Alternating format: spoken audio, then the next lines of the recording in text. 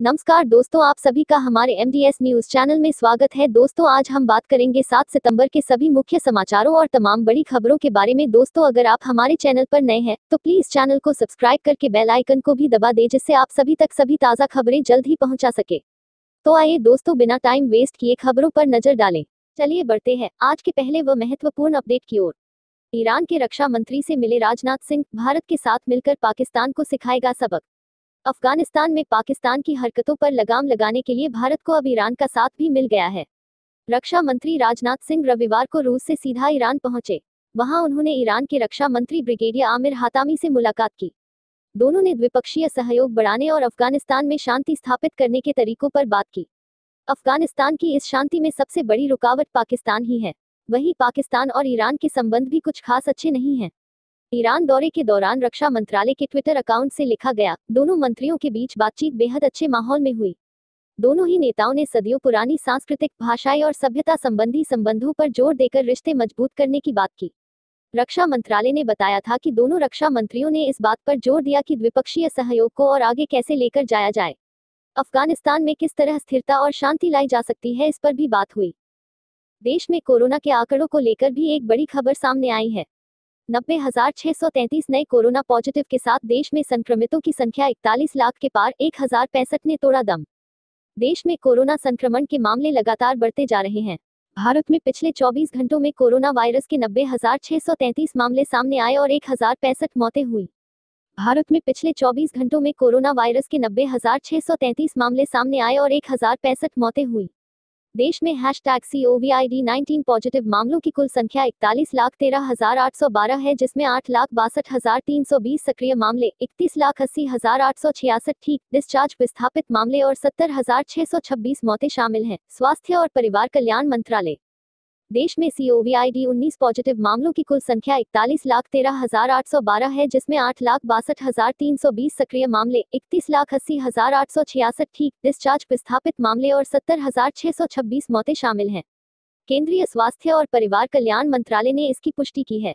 भारतीय चिकित्सा अनुसंधान परिषद ICMR के मुताबिक 5 सितंबर तक कोरोना वायरस के कुल 4,88,31,145 टेस्ट किए गए, जिनमें से 10,92,654 टेस्ट शनिवार को किए गए। चलिए बढ़ते हैं अगले अपडेट की ओर। गेंद पर सैनिटाइजर लगाने पर ऑस्ट्रेलियाई खिलाड़ी हुआ निलंबित, ससेक्स की टीम से बाहर। इंटरनेशनल क्रिकेट काउंसिल ने कोरोना संक्रमण फैलने की वजह से खेल के नियमों में कई बदलाव किए हैं। इसमें गेंद को चमकाने के लिए खिलाड़ियों द्वारा प्रयोग किए जाने वाले लार पर पूरी तरह से पाबंदी लगा दी गई है। काउंटी क्रिकेट के दौरान ससेक्स की तरफ से खेलने वाले ऑस्ट्रेलियाई खिलाड़ी मिच क्लेडन को गेंद पर सैनिटाइजर लगाने के लिए निलंबन झेलना पड़ा है। ऑस्ट्रेलिया के अनुभवी तेज गेंदबाज क्लाडॉन को उनकी काउंटी क्रिकेट क्लब ससेक्स ने कर दिया है। 37 साल के इस गेंदबाज के ऊपर गेंद को चमकाने के लिए सैनिटाइजर लगाने का आरोप है, जिसकी जांच चल रही है। पिछले महीने खेले गए इस मुकाबले में उन्होंने 3 विकेट हासिल किए थे। England and Wales cricket board ने मिडलसेक्स के खिलाफ हुए इस मुकाबले के दौरान क्लाडॉन द्वारा गेंद पर सैनिटाइजर लगाने के मामले की जांच शुरू की है। ससेक्स की तरफ से बयान जारी करते हुए कहा गया, मिच क्लाडॉन को निलंबित किया गया। ECB के आरोप की जांच चल रही है कि मिडलसेक्स के मैच के दौरान गेंदबाज ने हैंड सैनिटाइजर का इस्तेमाल गेंद चमकाने के लिए किया था। इस मामले को लेकर अभी कोई और बयान नहीं दे सकते हैं। कोविड-19 महामारी के दौरान स्वास्थ्य प्रोटोकॉल के मुताबिक कोई भी खिलाड़ी गेंद पर अपना लार नहीं लगा सकता है। इससे पहले गेंद को चमकाने के लिए गेंदबाज ऐसा ही किया करते थे। ICC के दिशा निर्देश के मुताबिक पसीना लगाकर गेंद चमकाने की इजाजत है, लेकिन लार पर पाबंदी लगाई गई है। चलिए बढ़ते हैं अगले बड़े अपडेट की ओर। संजय राउत बोले, मुंबई वाले बयान पर कंगना से माफी नहीं मांगूंगा, पहले वो माफी मांगे। शिवसेना सांसद संजय राउत ने साफ कर दिया है कि फिल्म अभिनेत्री कंगना रनौत से माफी मांगने का सवाल नहीं है। अगर वो माफी मांगेंगी तभी इस पर विचार करूंगा। दोनों के बीच ट्विटर पर तीखी जंग छिड़ी हुई है। संजय राउत ने कहा कि अगर वो लड़की कंगना रनौत माफी मांगेगी मुंबई को लेकर दिए बयान पर, तो मैं सोचूंगा। कंगना रनौत ने शुक्रवार को ट्वीट कर कहा था कि वह 9 सितंबर को मुंबई पहुंच रही हैं। किसी के बाप में हिम्मत है तो रोक ले। 9 सितंबर को मुंबई आऊंगी। मैं मुंबई एयरपोर्ट पर पहुंचकर टाइम पोस्ट करूंगी। किसी के बाप में हिम्मत है तो रोक ले। संजय राउत भी नहीं रुके और उन्होंने शुक्रवार को कहा कि मुंबई मराठी मानुष के बाप की है। शिवसेना महाराष्ट्र के ऐसे दुश्मनों को खत्म किए बिना नहीं रुकेगी। राउत ने ट्वीट किया कि मुंबई मराठी मानुष के बाप की है। जिनको यह मंजूर नहीं, वो बताए उनका बाप कौन है। शिवसेना महाराष्ट्र के ऐसे दुश्मनों को खत्म किए बिना नहीं रुकेगी। उन्होंने अपनी इस लाइन के साथ प्रॉमिस भी लिखा। हालांकि कंगना के साथ विवाद के बीच संजय राउत ने आज तक से कहा था कि कंगना के साथ उनका कोई व्यक्तिगत मुद्दा नहीं है, यह महाराष्ट्र का विषय था। उन्हें अपने ट्विटर हैंडल का उपयोग खुद करना चाहिए, किसी राजनीतिक पार्टी को अपने ट्विटर हैंडल का इस्तेमाल करने की इजाजत नहीं देनी चाहिए। यह शिवसेना का मुद्दा नहीं है। महाराष्ट्र के मसले पर सभी को साथ आना चाहिए।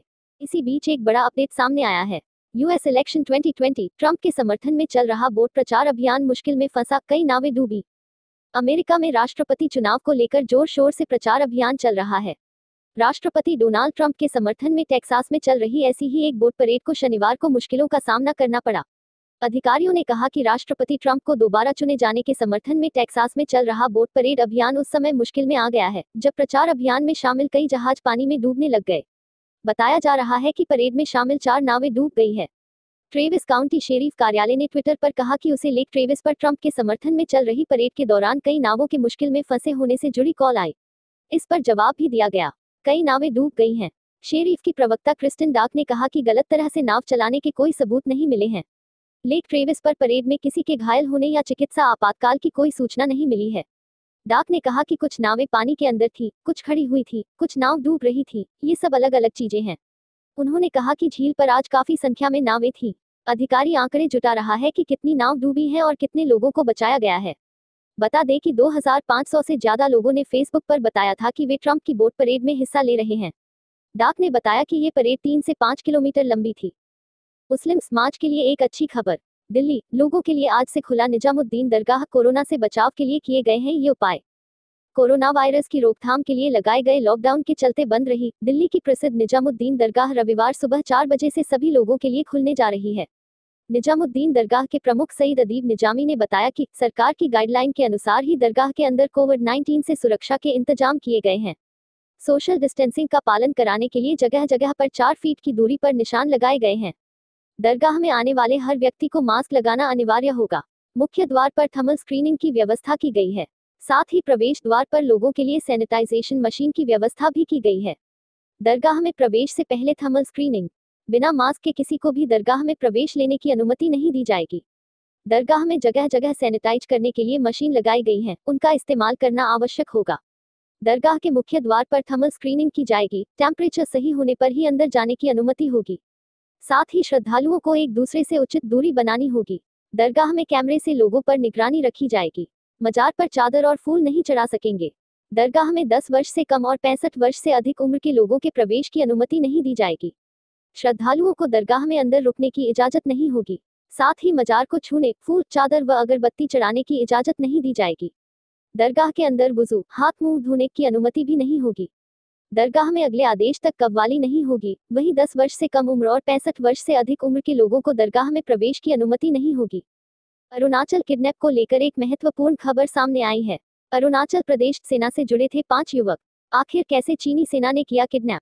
भारत और चीन के बीच चल रही तनातनी के बीच शुक्रवार को अरुणाचल प्रदेश से चीन के सैनिकों प्लाट ने 5 लोगों को अगवा कर लिया। अभी तक इनके बारे में कोई जानकारी नहीं मिल पाई है। ये सारे लोग तागिन समुदाय के हैं। कहा जा रहा है कि पुलिस और सेना इनकी तलाश सुबासिरी जिले के पास भारत चीन सीमा पर कर रही है। इनके अगवा होने की जानकारी सबसे पहले गांव वालों ने फेसबुक पोस्ट के जरिए दी। गांव वालों ने दावा किया कि चीन की सेना ने पहले 7 लोगों को अगवा किया था, लेकिन 2 लोग चीन के चंगुल से भाग खड़े हुए।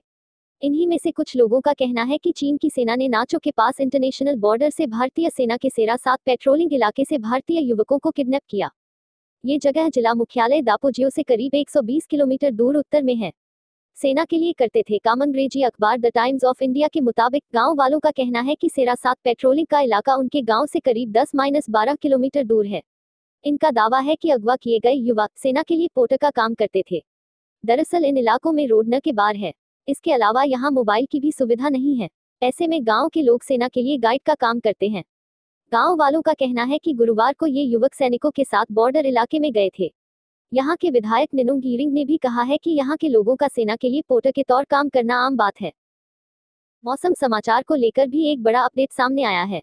बिहार समेत इन राज्यों में पड़ी भीषण गर्मी, जानिए कब हो सकती है भारी बारिश। मौसम का मिजाज बिगड़ने और भीषण गर्मी से बिहार समेत कई राज्यों के लोग परेशान हो रहे हैं, लेकिन जल्द ही भारी बारिश हो सकती है। पछुआ हवाओं के बहने से बिहार में बादल नहीं बन रहे हैं। राज्य भर में मौसम शुष्क बना हुआ है और तापमान सामान्य से ऊपर लगातार बना हुआ है। भागलपुर और पूर्णिया में पारा पिछले 1-1.5 हफ्ते से लगातार सामान्य से ऊपर रहा है। पिछले 3-4 महीने से बारिश का क्रम जारी रहने से पारा नीचे रह रहा था। यही वजह से है कि अचानक मौसमी बदलाव से लोग असहज महसूस कर रहे हैं।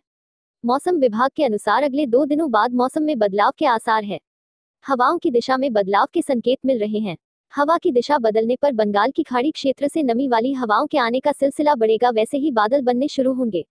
इसके बाद बारिश के आसार हैं। हालांकि यह सब कुछ अगले 2 दिनों की मौसमी परिस्थितियों पर निर्भर करेगा। पटना का पारा भी लगातार सामान्य से ऊपर बना हुआ है।